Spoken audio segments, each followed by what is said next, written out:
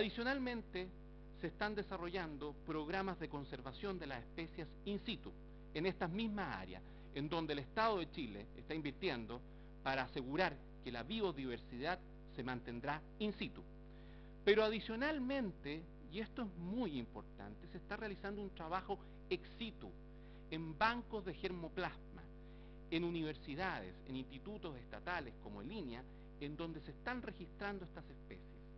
Existen más de 68.000 muestras de germoplasma en estos bancos y más de 600 especies identificadas y protegidas mediante este sistema. Lo anterior, su señoría excelentísima, además, dentro de un marco jurídico que a mi juicio es perfectamente completo.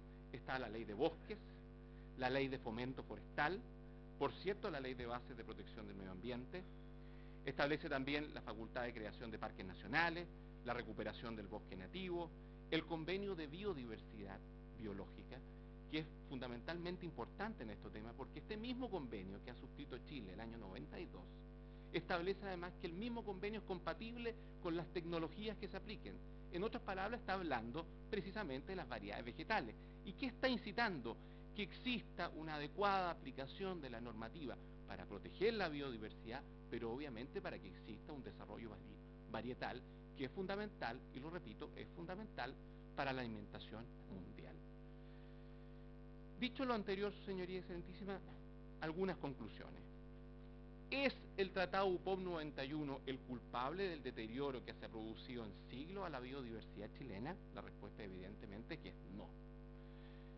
Obviamente ha existido un deterioro de la biodiversidad por múltiples razones, por cambios climáticos que estamos experimentando y obviamente por prácticas de los agricultores, pero que no necesariamente eso constituye un daño al medio ambiente, no necesariamente, porque difícilmente le puedo decir yo al 80% de los agricultores de este país que en sus 10 hectáreas planten 5 para proteger la biodiversidad, cuando esa biodiversidad no tiene ningún interés comercial, porque podemos ser muy románticos respecto a algunas especies que son originarias chilenas, la frutilla blanca u otras especies, pero el interés comercial en esas especies hoy día no existe. Y es más, los mismos agricultores que hoy día reclaman tener derechos sobre estas variedades originarias, son ellos los que están utilizando variedades mejoradas precisamente para insertarse en los mercados internacionales. De esta manera, queremos decir que el ordenamiento jurídico se interpreta como un todo, armónicamente, y por lo tanto corresponderá a las distintas autoridades, cumpliendo con los mandatos de estas disposiciones legales, que efectivamente velen para que exista una correcta armonía en el patrimonio medioambiental de Chile. Pasando a otro tema, se ha dicho y se ha reiterado aquí que UPOV 91 constituiría un riesgo. ¿Un riesgo de qué? De que algunos obtentores, de manera a mi juicio bastante inescrupulosa, comiencen una odisea de registros de variedades originarias en este país. Su señoría excelentísima, quiero ser tajante en este tema. De acuerdo a UPOV 91 y a la actual legislación que existe en este país, concretamente la ley 19.342, eso no es posible. Paso a explicar por qué. Primero, para que sea posible el registro de una variedad vegetal se requiere que sea nueva.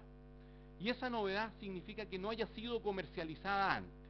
De acuerdo a los registros que existen en el gobierno, la inmensa mayoría de los cultivos de origen nacional tienen grados de comercialización. Pero más importante que eso es el requisito de la distinción. Y en este sentido quiero corregir a mi contradictor, porque él ha incurrido en un error que es importante, porque ha dicho que la distinción es respecto de variedades notoriamente existentes, y efectivamente cuando notoriamente existen no hay distinción, no se puede registrar, pero el error lo comete cuando dice que tiene que estar registrada como variedad protegida. Señala que tiene que estar registrada como variedad protegida para que no haya distinción, y eso es falso. Basta con que sea notoriamente conocida, esté registrada o no, para que no pueda ser sujeto de este título. Y eso es claro y meridiano. Si hoy día existe una variedad vegetal que podemos encontrar en este país, que es originaria, yo no puedo llegar y registrarla, porque esa variedad es notoriamente conocida, esté registrada o no. Por esa razón, a juicio del gobierno, UPOV 91 y la legislación actual, por cierto que protege el cultivo tradicional y originario chileno, porque obviamente va a exigir ciertos estándares de distinción, homogeneidad, estabilidad y novedad para registrarlo. Sepa usted, su señoría excelentísima, que en este país existe un comité calificador de variedades vegetales. No es llegar y inscribir una variedad vegetal, que realiza pruebas in situ respecto a que se cumplan estos requisitos. Comité que está integrado por 6 personas, 6 hombres buenos que otorgan definitivamente esta protección.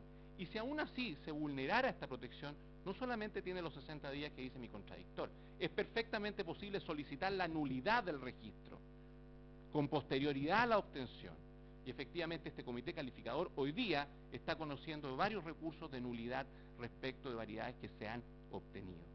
Por esa razón, su señoría excelentísima, el gobierno considera que no se desprotege ni se deja al arbitrio de obtentores que no son obtentores, porque obviamente querrían aprovecharse de cultivos existentes para que se registraran, porque ese registro, su señoría excelentísima, no sería posible.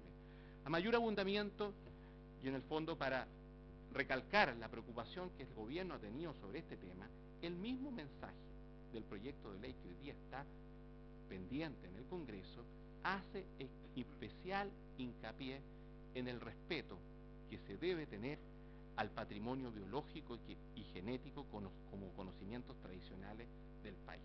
Específicamente lo dice el artículo 1, inciso 2 de este proyecto de ley que hoy día se está conociendo en el Congreso. Luego, su señoría excelentísima, quiero referirme al ya mencionado privilegio del agricultor. Y quiero referirme con algún grado de detalle porque mi contradictor, nuevamente a mi juicio y con todo respeto, ha cometido errores conceptuales que yo considero importantes. UPOV 91 efectivamente amplía la protección del ostentor y la amplía a la cosecha, a la planta y a las partes de la planta. Esa disposición también está en la ley vigente en el artículo 3 de la ley 19.342, que extiende la protección a la cosecha, a las partes de la planta. Sin embargo, ¿dónde está el error fundamental de los requirentes? Cuando yo hago uso de una variedad legítimamente, he pagado por ella, se me ha autorizado su uso por el obtentor, ciertamente que yo soy el dueño de la cosecha. Yo soy el dueño de la cosecha. Lo que se me impide es reproducir material genético para venderlo. Es decir, hago una actividad de viverista. Por ejemplo, compro una variedad, un árbol frutal, y además de la cosecha, quiero hacer mi negocio paralelo y pongo un vivero. Y gano yo por la obtención que ha hecho otro. Eso es lo que prohíbe. Pero la cosecha es de propiedad de quien adquiere la variedad. Lo que señala UPOV es respecto de quien ilegítimamente ha hecho uso de la variedad, ilegítimamente, sin autorización, sin haberla adquirido. Y ahí, obviamente, la protección no solamente va al material genético, sino que también a la cosecha, y con razón, por el principio de accesoriedad al dominio, y también sobre la planta y las partes de la planta. Ese es el matiz, pero es un matiz de profundo contenido constitucional, porque en el primer caso ha hecho uso legítimo, por lo tanto es dueño de la cosecha, pero en el primer caso que se menciona no hay uso legítimo, no hay autorización. Y es eso lo que efectivamente existe en la legislación actual y lo que efectivamente contempla el mensaje. Por esa razón se dice que no puede en el fondo haber ni siquiera teóricamente una violación a este derecho. Por lo demás, señoría excelentísima, reitero, el privilegio del agricultor que contempla UPOV 91, y me refiero a UPOV 91 porque el control de constitucionalidad es respecto a UPOV 91, es facultativo. Es facultativo. Por lo tanto, ¿de qué control de constitucionalidad estamos hablando si corresponderá después al análisis que hagamos de la ley determinar si existe alguna violación a un derecho fundamental? Además, su señoría, en ninguna disposición de UPOV 91 se prohíbe el privilegio del agricultor, cuando ya se ha establecido en la legislación interna, como el caso chileno. En ninguna disposición está atentando a los derechos que ya existen.